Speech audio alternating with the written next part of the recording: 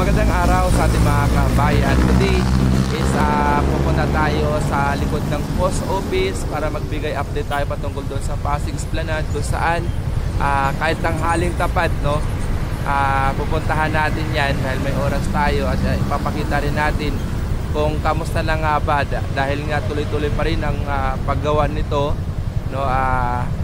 Patuloy pa rin na mas pinapahaba dahil nga yung proyekto ng Pasig River, no, yung Pasig Esplanade na isa sa may akda na si First Lady Luis Araneta Marcos.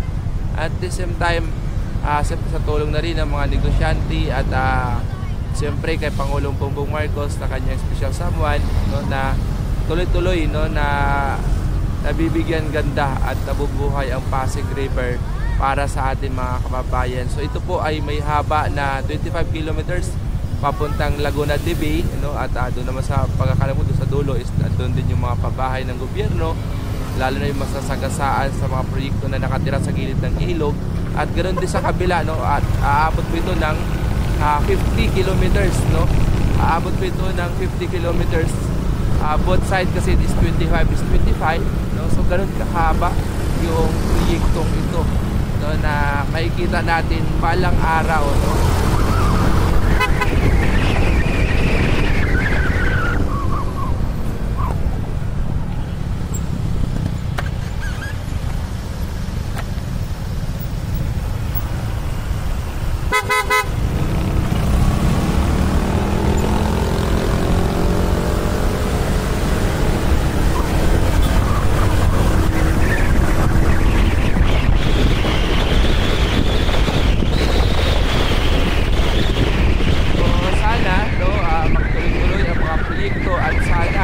Wala nang squatter or wala nang nakatira sa Pasig River, no, wala nang nakatira sa gilid ng ilog, sa ilalim ng tulay. At sana maalis sila ng gobyerno at sana wag silang bumalik, no, sa mga delikadong lugar na katulad ng gilid ng ilog, kasi yung iba na nabibigyan ng bahay, yung iba bumabalik pa rin, no. At sabi nga nila binibinta kagaya ng araw, pero sana, no, yung naibibigay naman ng gobyerno ng pabahay ngayon is nakaiba na, di ba? Dahil kung type na ang pwede mo na may pagmalaki at zero ng kasamang tubig at quality. Tuloy-tuloy pa rin ang pagpapaganda ng Pasig Esplanade, kung saan maraming nakakonekta ditong cities, no, dito sa Metro Manila, especially na lang yung Makati, Quezon City, San Juan, Pasig City, at siyempre ang lungsod ng Maynila, kung saan isa sa mga nakikinabang dito sa Pasig Esplanade, no. Sa ngayon, dahil ito po ay napakalaking proyekto, no, na may akda po na si First Lady Luis Araneta Marcos hanggang Laguna de Bay po ito, at siyempre sa tulong na rin ng mahal na Pangulong Bongbong Marcos, at siyempre sa lahat ng mga negosyante na patuloy na naniniwala na makakatulong at makakaganda at makakaunlad rin ang proyektong ito sa lungsod ng Maynila, at siyempre sa buong kahabaan ng Pasig River na madadaanan ng proyekto nito, dahil aabot po ito sa Laguna de Bay na may total of 25 kilometers. So both side total of 50 kilometers. Dahil nga hindi, kung ano yung nakikita nyo rito is ganun din ang makikita nyo sa kabilang side, no. At nakikita natin na patuloy na papagandahin ang mga proyekto na katulad nito at mas pag-iigihin pa. May bagong silang, may bago ng buhay, bagong bansa, bagong galaw, sa bagong lipunan. Nagbabago ang lahat tungo sa pag-unlad, at ating itanghal bagong lipunan.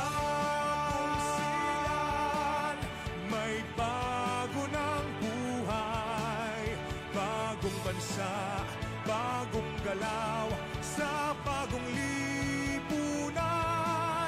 Nagbabago ang lahat tungo sa pag-unlad, at ating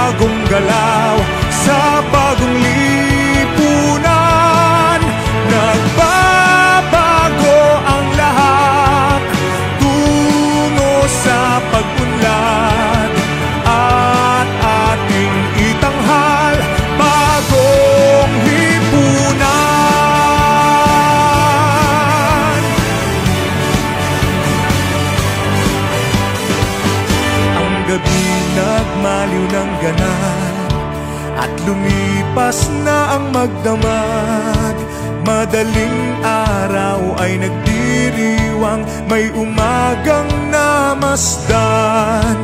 Ngumiti na ang pag-asa sa umagang anong ganda.